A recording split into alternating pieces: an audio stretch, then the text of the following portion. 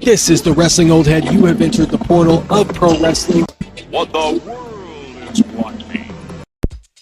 Just thought I'd drop in for a quick video in regards to WWE's Saturday night's main event that happened this past Saturday. Entering the portal of pro wrestling, this is the Wrestling Old Head. Just wanted to give you guys a shout out for Memorial Day. Hope everybody's having a relaxing and safe Memorial Day. And hopefully you don't have to work, but if you do, hopefully you're in and out of there. This weekend had a ton of professional wrestling. So whatever wrestling that you're into, whatever professional wrestling floats your boat, you had a little bit of it all this weekend. So it was really exciting for a professional wrestling this weekend with everything that was available. I think right now there's Double or Nothing and there's NXT Battleground. So hopefully I can have a video that I'll be dropping a little bit later in regards to what I thought about those two events. Nothing too long or anything. I just want to keep it quick, in and out, just to give you guys my thoughts. And that's the same what I'm going to do for this video. This video isn't going to be long and extensive like my normal videos. I'm just going to give you guys an overview of where I felt the strong points of some of the matches were and where I feel like the angles are going after this past weekend's event. Now, Worlds Collide and Money in the Bank, I mean, the WWE is just going to be hitting you one after another within weeks of each other. There's going to be a ton of events, a ton of excitement. So that means that they've got to keep the storylines going. They got to keep you on the edge of your seat, and they got to keep you compelled. So did Saturday night's main event do that? Well, let's talk about it. Seth Rollins and Braun Breaker defeated CM Punk and Sami Zayn. I thought this was a very serviceable main event. A lot of people going in figured that Sami Zayn was going to turn on CM Punk. I was glad that they did not pull the trigger and go that route. They instead went with Bronson Reed returning and being presumably the third man. I mean, after the end of that match, I don't see how you can't think that Bronson Reed is associated with this Heyman hierarchy, this Seth Rollins new visionary stable with Braun Breaker and Paul Heyman and Seth Rollins. Bronson Reed seemingly the newest member. That is an all-star team if I've ever heard of one. I still believe there is room even for a fourth man if you don't include Paul Heyman, and potentially even for Becky Lynch to be involved as well. I think there's a lot of room for them to swim with this type of group and where they can expound and where the story can go. Obviously, with Bronson Reed now a part of this group, you can you give Seth Rollins the ammunition to say, like, this guy put me out of commission. That tsunami destroyed me. And that is why I brought him on my side, because that guy could have destroyed me, which means now that he's with me, he can destroy anyone, right? And the same with CM Punk. CM Punk made mention of the fact that it was he who caused Bronson Reed's broken ankle or fractured ankle or whatever that was at the War Games PLE during Survivor Series. Punk mentioned that. So they paid attention to that little detail, tying in CM Punk and Seth Rollins seamlessly with the return of Bronson Reed. So now you have Bronson Reed targeting CM Punk and Sami Zayn. Jey Uso seems to be preoccupied. So who would you slide in to combat this Seth Rollins group? I feel Karrion Kross is right there. Now, you know, I'm a big Karrion Kross fan. I always am going to advocate for him getting more television time and being involved in major storylines. I feel at this point, Karrion Kross is in the middle of the two major storylines going out of this event, Saturday night's main event with Jey Uso and Logan Paul, and we'll get into that later, and even with Seth Rollins and Bronson Reed and Sami Zayn and CM Punk. Like, I can really see CM Punk and Karrion Kross teaming up. For some reason, I don't know why, but I can picture it, and it makes so much sense to me. I mean, with their martial arts backgrounds, with their just their overall mindsets, I feel like it works. But that's just me. I do think that would you have Seth Rollins, Braun Breaker, and Bronson Reed. You have CM Punk, Sami Zayn. You need a third guy, and I do believe that what you're going to end up getting is more than likely Roman Reigns. It's just kind of set up for that. But if they were to throw Karrion Kross in that mix, I think it would really work. But we'll get to where else I feel like he should be figured into another storyline in a moment. Right now, I want to talk about Zelina Vega defeating Chelsea Green. This was a pretty quick match. It was a last-minute addition to the Saturday night's main event. I'm not really sure where they're planning on going with this going forward. I like Zelina Vega, although as far as her character development, there's not much. She's kind of in the boat with Motor City Machine Guns. I like their work just like I like her work, but what are we doing with them and where are they going forward? She's she's the fan favorite. She is the underdog, but there's not much more outside of that. I would really like to see a change in her character. Even getting more cerebral, eventually getting more dark. I mean, lean into the fact that she's Aleister Black's wife. I think they can do some really good stuff together. I think they can get the creep factor going in. Maybe align her with Alexa Bliss. Maybe they can tie them into the Wyatt Six. I'm not sure, but she definitely needs a refreshing character change just so the crowd can get more behind her, because right now I just don't see that the crowd is really invested in anything that she's doing. And they were in Tampa, Florida, and she just didn't get a huge reaction. Chelsea Green continues to astonish me with the way that she can captivate an audience and what she's doing. I thought they were going to pull the trigger and put her in a face role going into 2025. It seems like they're holding that back some, and I'm okay with that. I think the Secret Hervis is getting over, and it's allowing for Piper Niven and Alba Fire to get a lot of television time and further their characters. I think the tag division as far as women's division goes needs a lot right now. So putting those two together in a tag team, it can only be good for that division. So we'll see who they have opposing them and where they go, because I think they need somebody more than Michin and B-Fab. They need to beef up that women's tag division, and Secret Hervis as tag team champions. I can see that, and I advocate for that. So, and now John Cena defeated Ron Cena in a singles match. This was done really well. I felt like, honestly, with R-Truth, he was there to facilitate this conscience of John Cena coming out a little bit more, and we really didn't get that the way that I thought we would. I mean, we got a hint of it. He was going for a belt shot in clear view of the referee, John Cena rather, and instead he decided to hand the belt to the referee and then go for a kick below the belt, and then the attitude adjustment, or as I would call it, the FU.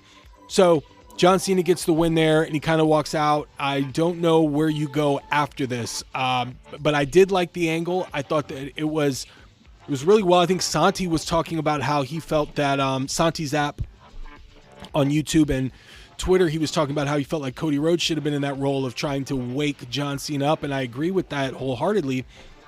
I really felt like that was Cody Rhodes' role, but now presenting that for R-Truth, who else could come out of the woodwork and try and get John Cena to wake up? I do like that idea, because that reminds me a little bit of when Hulk Hogan became Hollywood Hogan in the NWO days. They missed an opportunity to do that. They missed an opportunity for Brutus Beefcake, for Jim Duggan, for the guys that backed Hulk Hogan for years to come out and plead with Hogan to not make that turn, to not do that, not continue on with the NWO. I thought that would have been a really good storyline to sink into, to kind of get more players involved and then more guys to actually join Hogan when they feel that maybe Hogan, in making this turn and becoming a member of the New World Order, is actually the right turn.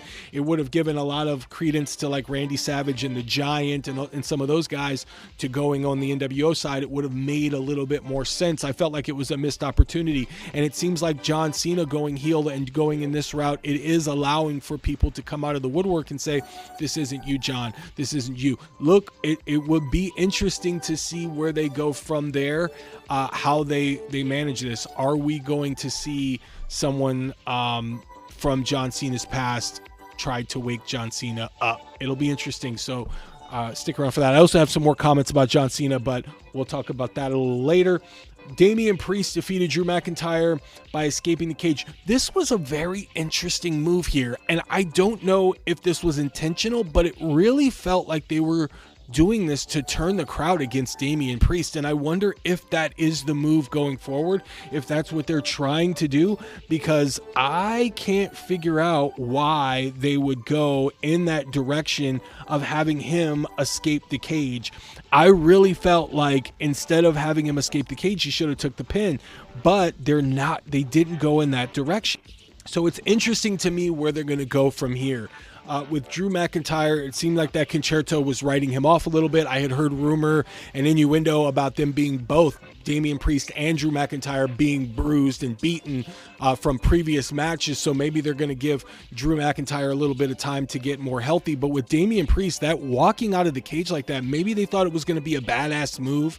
Maybe they thought he should have had some music behind him as he walked out and walked towards the back. But I really felt, at least watching it on television, I really felt like the crowd turned against that move. Like it seemed kind of cheap. And, Jesse Ventura, he really didn't add to that by saying that that's not a really good way of winning a cage match. And I tend to agree. I just don't, as a face, as a good guy, I don't see why walking out of the cage after doing a move like that is the right thing, unless that's the only way you win, by climbing over the cage or escaping through the door. But he could have easily, gone for the 1, 2, 3, put his foot on his chest or something. I don't know. It's very odd. And it'll be interesting to see how the crowd responds to Damian Priest coming out after doing such a move. And now on to the main event. Jey Uso was able to beat Logan Paul. Earlier in Saturday night's main event, John Cena confronted Jey Uso and said that it would be interesting if Logan Paul won the WWE Championship while he took the Undisputed Championship and retired with it. That would effectively kill professional wrestling by having a YouTuber as the last champion while the John Cena walks away with the other championship belt. I thought it was an interesting kind of a, foreshadowing, if you will, and kind of building suspense for this title match, because it seemed like the ending was a foregone conclusion. But I thought that it was a nice little Easter egg. John Cena coming out and interfering and beating up Jey Uso, causing the disqualification, or I thought seemingly causing the disqualification, but the referee was knocked out. He ended up counting the 3 count to give Jey Uso the victory here. I thought they were going to go for the disqualification when John Cena initially came out, but it looks like they were able to preserve the match just in time to give Jey Uso the win. Cody Rhodes returning, I thought, was also something of a foregone conclusion, but I really like the idea of pitting John Cena and Logan Paul together against Cody Rhodes and Jey Uso. Jey Uso being polarizing with the crowd, as well as Cody Rhodes, or at least Jey Uso more exclusively online as being polarizing, and Cody Rhodes started to get a differing reaction on and after WrestleMania. Now that could have been just exclusively for the crowd at WrestleMania and how diverse they are, but you got to pay attention to the fact that sometimes a reaction like that can cause a domino effect and start to bleed out in other arenas. Cody Rhodes getting his break of a couple of months and also showing up to oppose Logan Paul, I think was the right move.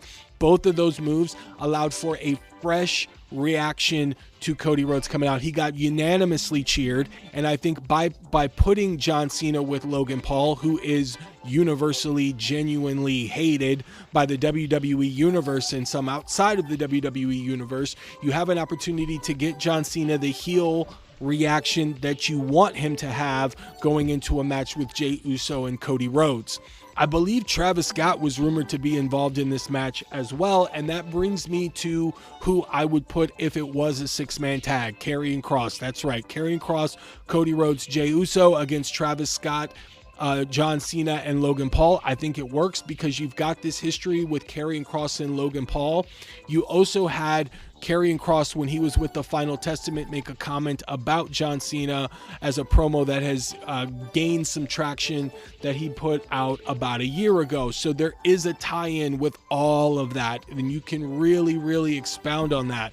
If they were to go that route. And like I said, I really feel like with the reactions that Karrion Kross has been getting lately, that you are going to see him be more favorable with the WWE universe, and they are potentially going to put him in a situation where he is cheered more so than booed. I think it's inevitable at this point with his merchandise doing really well, with the social media presence that he's had recently. I don't think that you can hold off too much longer with putting him in a position, and what better position than to pit him with Cody Rhodes and Jey Uso opposing Logan Paul, who he has had an issue with through WrestleMania, and John Cena, and then even Travis Scott, somebody that obviously is coming in and is doing no favors to the athleticism of professional wrestling. He's just a celebrity, right? So I think it'll all work out wherever they decide to go with this, whether they go six-man tag or tag team match. It's going to be interesting to see how they're going to go on the other side of this. But that's what I thought about Saturday night's main event and what angles are like going forward. It's going to be interesting in the next couple of weeks to see how they build towards